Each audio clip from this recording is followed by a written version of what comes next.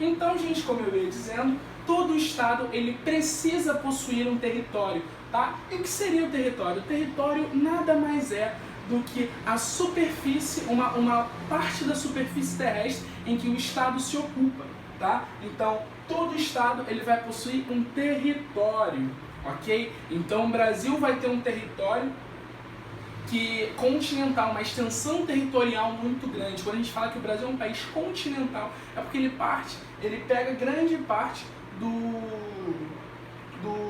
da América do Sul, tá? O Brasil tem muitos milhares de quilômetros, eu não sei de cabeça, mas é muita coisa, tá?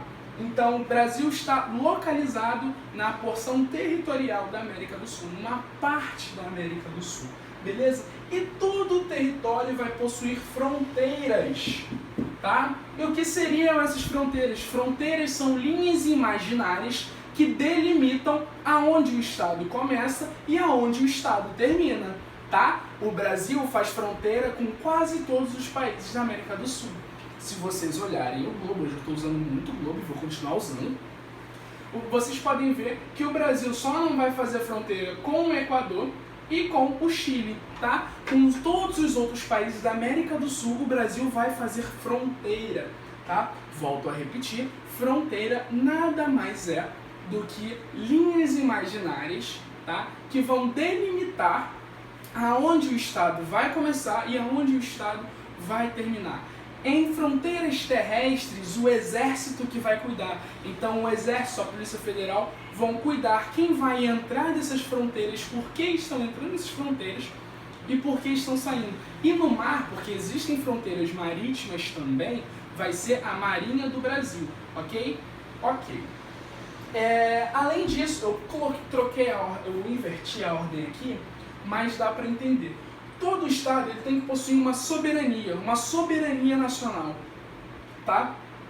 E o que seria essa soberania? A soberania ela tem de ser aceita por todos os outros Estados internacionais, ok? O Brasil não poderia ser reconhecido como um Estado se ele não fosse reconhecido internacionalmente, se a sua soberania não fosse reconhecida internacionalmente, ok? Os Estados Unidos a mesma coisa, então todos os países vão ter essa questão, vão precisar da aprovação, entre muitas aspas, dos outros estados do mundo, ok? Ok.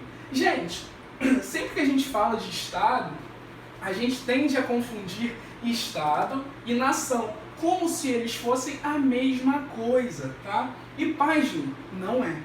Estado e país é a mesma coisa. Estado e nação, não. País e nação, não, tá? Quando estamos falando de nação, estamos falando de um conjunto de indivíduos que compartilham as mesmas culturas, a mesma língua, a mesma herança histórica, o mesmo passado. Então, essas coincidências, esse conjunto de igualdades, né, entre esses indivíduos que vai formar o espírito nacional, a vontade nacional, ok? Então, quando o Estado e a nação coincidem, são chamados de Estados nacionais. O Brasil é um Estado nacional. Por quê? A nação brasileira, né, tem um conjunto de culturas, claro que dependendo da sua região, a cultura ela vai se modificando, obviamente, mas no geral falamos a mesma língua, temos o mesmo passado e temos a mesma cultura, por assim dizer. Existe, gente, então agora eu vou contar um segredo para vocês. Existe uma contradição nesse meio, tá? Por quê?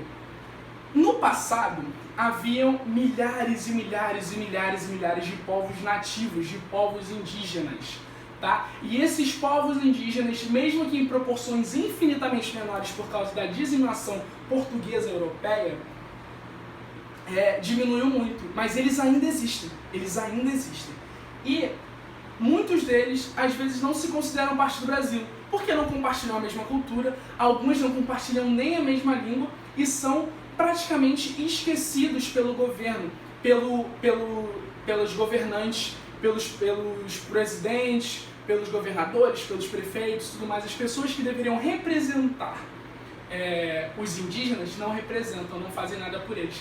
Temos a FUNAI, que é um órgão que cuida das questões indígenas, mas mesmo assim, constantemente, ela vem sendo alvo de terríveis ataques, tá? Ataques diplomáticos, por assim dizer. Ninguém chegou lá com uma bomba e tacou dentro da FUNAI, ainda, tá? Mas enfim, é só um parêntese sobre a questão do Brasil, tá? Mas também, gente, existe nação sem Estado e existe Estado sem nação. Nesse caso aqui, vamos falar aqui da nação sem Estado, ok? Nação sem Estado são um conjunto de pessoas, como eu falei, nação é um conjunto de pessoas. Esse conjunto de pessoas não tem onde ficar. Um exemplo muito claro que a gente pode pegar no livro, tá, na página 50, é sobre os curdos, tá? Os curdos vão se localizar principalmente em parte da Turquia, parte da Síria, parte do Irã, parte do Iraque, parte da Armênia e parte do Azerbaijão, tá? Então, esse povo não é considerado um Estado. Eles compartilham as mesmas línguas, compartilham as mesmas culturas, mas não são considerados, mas não têm um Estado. Eles são uma nação sem Estado. E também pode acontecer o contrário, um Estado sem nação. Um exemplo é Ruanda, tá? Ruanda é um Estado sem nação. Se vocês quiserem entender um pouco mais sobre Ruanda, assistam o filme Hotel Ruanda. É muito bom, fala muito bem sobre isso.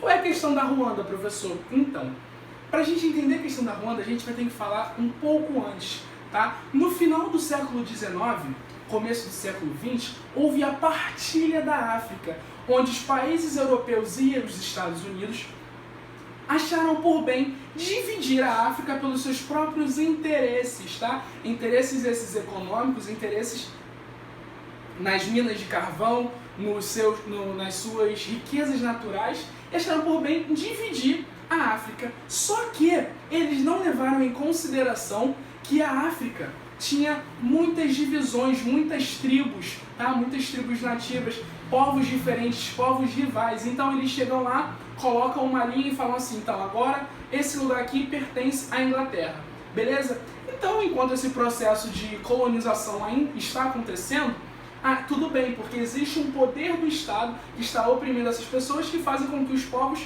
não briguem entre si diretamente. Mas depois da Segunda Guerra Mundial, quando a maioria dos países africanos, dos países europeus e os Estados Unidos saem da África, há um vazio de autoridade, um vazio de representatividade parlamentar, estatal e tudo mais. Então, esses povos que outrora eram inimigos, agora estão no mesmo local, no mesmo território, tá? E aí você pega a Ruanda, que é um país, e você coloca dois povos que são completamente rivais, que são os Tutsis e os Hutus. Hutus e os Tutsis. Então, esses dois povos vivem em constante guerra, tá? No filme Hotel Ruanda nós vamos entender muito sobre isso, tá? Vai falar muito mais sobre isso. Então, Ruanda é um exemplo de um Estado sem nação. Existe um Estado, existem todas essas questões que eu falei, território, soberania, fronteira, porém, as pessoas não se reconhecem como um único povo, como uma única nação. Existem praticamente duas nações dentro do mesmo Estado. Isso é muito louco, olha que doideira. Duas nações dentro do mesmo Estado. Doideira, né? Gente, espero que vocês estejam entendendo por aqui, tá? Vou passar para outra parte. Qualquer dúvida, escrevam no coisa aqui, comentário, e vou passar para a próxima parte. O poder dos... Poder dos Estados Nacionais, esqueci do R. O poder dos Estados Nacionais, tá? Todo Estado Nacional vai ter o seu poder. Como eu falei aqui de soberania, isso aqui tem muito a ver, tá? Então, o poder dos Estados Nacionais vai vir principalmente a partir do seu poder de produção de bem-estar social, da sua produção industrial, da sua produção de de matérias-primas e etc. Tá? Então, o poder dos Estados nacionais vai vir principalmente a partir disso. Tá? E agora nós vamos falar sobre o poder das multinacionais. Gente, essa parte é muito importante, porque eu falei para vocês disso lá quando a gente estava falando de capitalismo e neoliberalismo.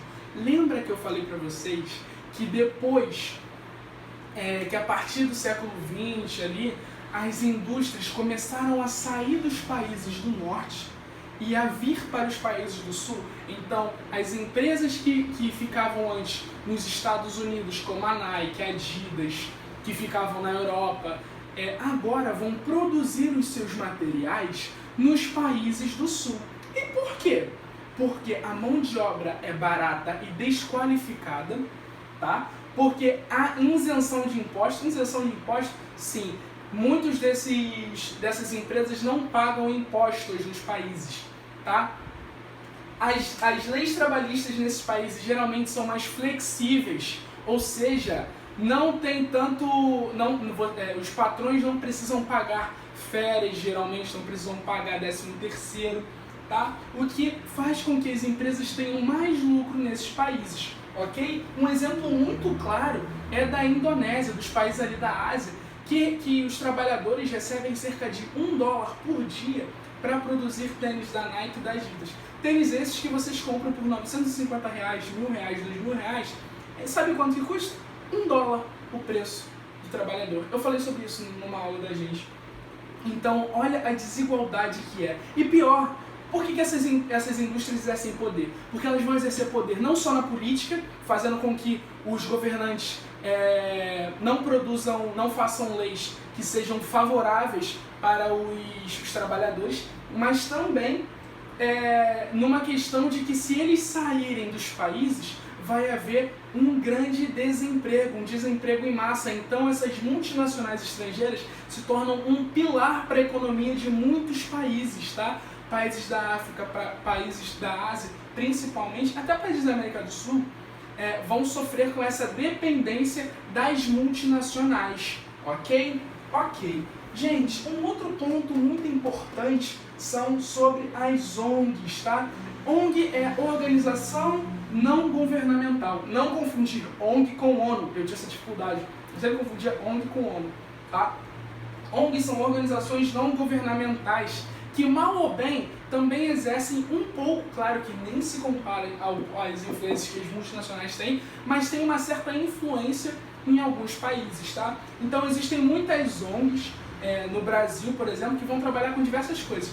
ONGs a favor do meio ambiente, ONGs que trabalham com a questão dos direitos humanos, que são muito importantes, ONGs pacifistas, ecológicas e tudo mais.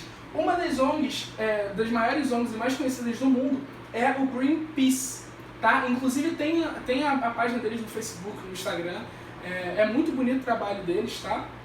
Eles têm um trabalho muito legal com relação a reflorestamento e tudo mais, então eles trabalham muito bem nessa área.